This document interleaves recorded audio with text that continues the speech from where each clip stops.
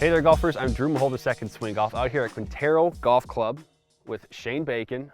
We're testing G440 out here for the first time for you, for sure. Shane, first of all, thanks for joining us today. This is a lot of fun. It's a beautiful, crisp morning out here.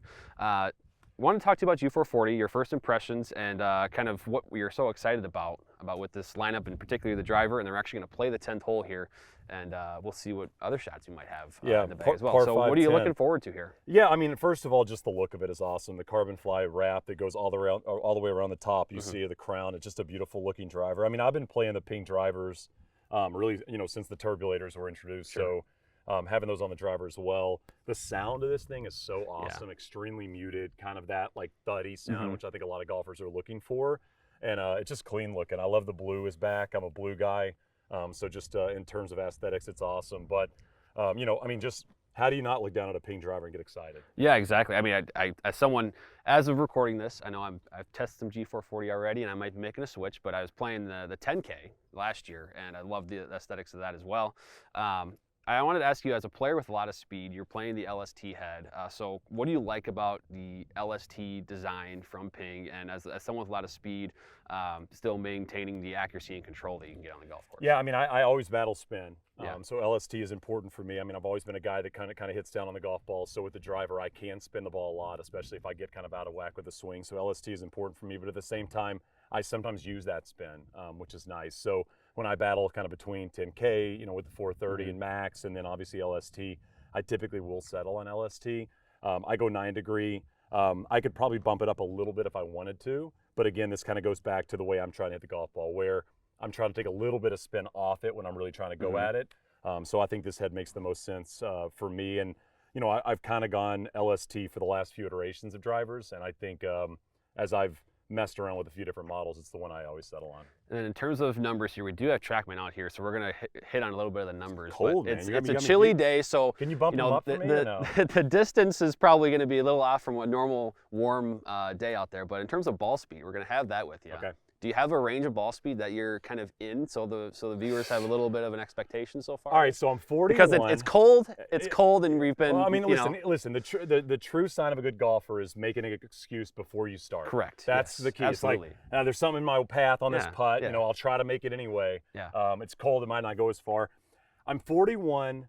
If I ever can get to 180 ball speed, I get pretty pumped at this point in my life. So let's say around that number, and if I touch it, I'll be happy. 180 is pretty darn fast, though. So I mean, again, if I get around it, I'll be pumped.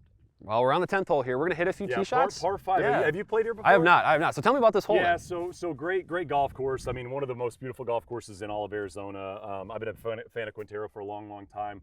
You make the turn, you play this unbelievable par 3 9th hole that's downhill. A lot of elevation changes out here, especially on the par 3s. So you might be hitting 2-3 clubs less than the number is asking for. Then you get the 10, and you've got a real birdie opportunity. So the fairways here, I mean, it's a desert golf course. If you miss the fairways, you're in serious trouble. Yeah. This is a pretty friendly fairway in terms of Quintero. Find this fairway, and you've got a really good birdie opportunity. There's bunkers on the right side. I could probably carry maybe the first one. I could probably get in that second one. So I'm going to try to hit a slight cut maybe off that inside part of that right fairway bunker. And like I said, there's room left if I do it. Awesome. Well, I'm excited to see what happens here. Yeah. Try to hit this. And what's nice thing is, I think with the conditions today, good drive might be 7-wood time. Ooh. Yep. 7-wood time. 7-wood.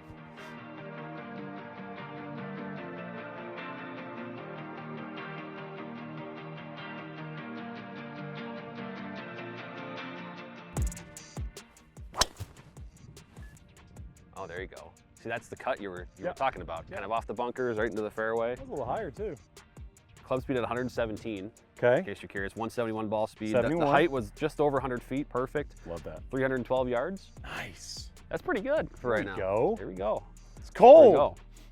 Let's get one more. Let's see if you can do that again. All right. Let's see if I can get a little more speed. Oh yeah. One more spin. little more spin. Is that a little low on the face potentially? Maybe. Okay. Yeah, but that's still right out there in the middle. That's exactly the shot shape that you were trying to hit there. So I mean, if I'm playing here, I'm completely content with that. Yeah, exactly. Yeah. So that one went 301 as well.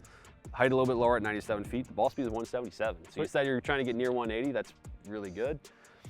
So should we go out there and see what we got and maybe? Yeah. Let's go see if it's 7-wood distance. I'd love it to be 7-wood distance. I love the new 7-woods. They're a little deeper phase. So yeah. Let's go do it. All right, let's do that.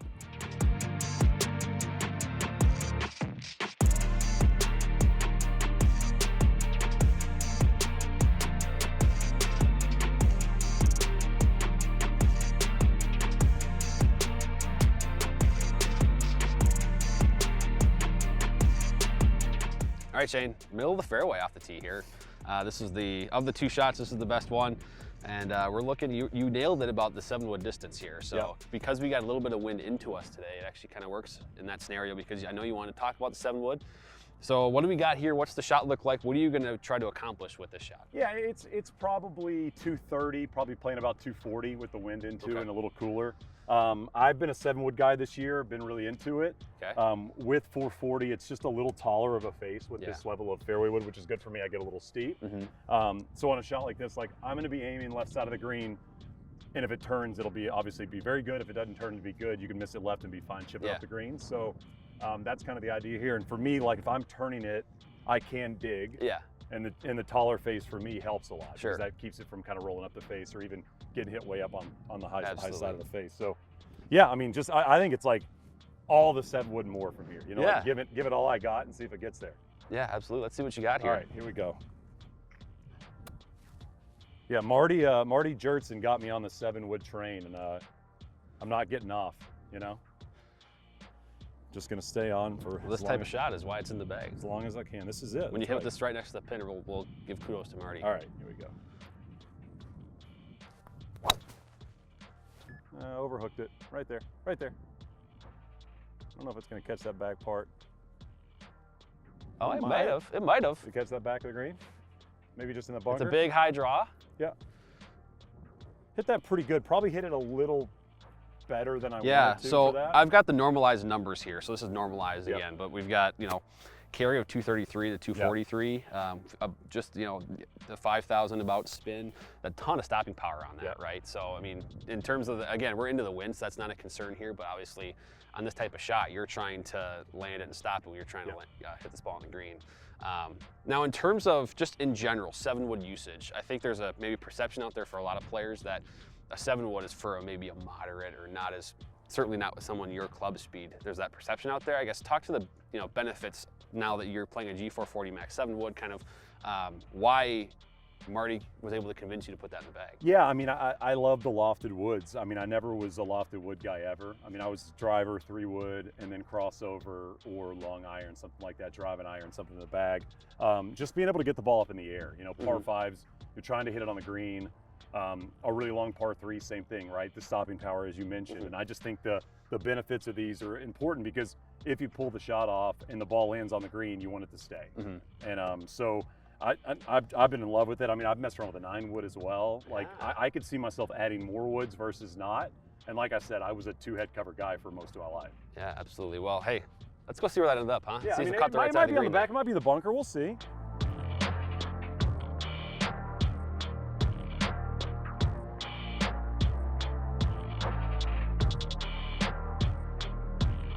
All right, got her on the back right. See if I can 2-putt this.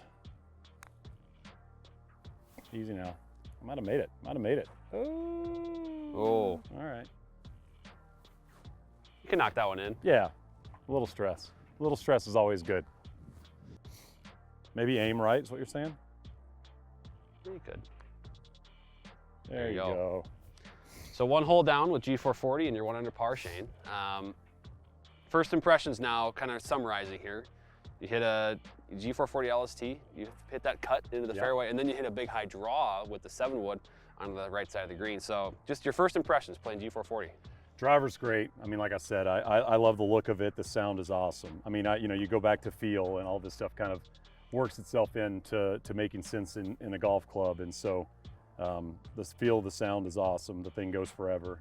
Yeah. Big fan of it. And then the 7-wood, like I said, I've been a 7-wood fan forever. 430 was great. I think this is even better than 430 for me. So the deeper face like that shot right there, little bit of a taller face.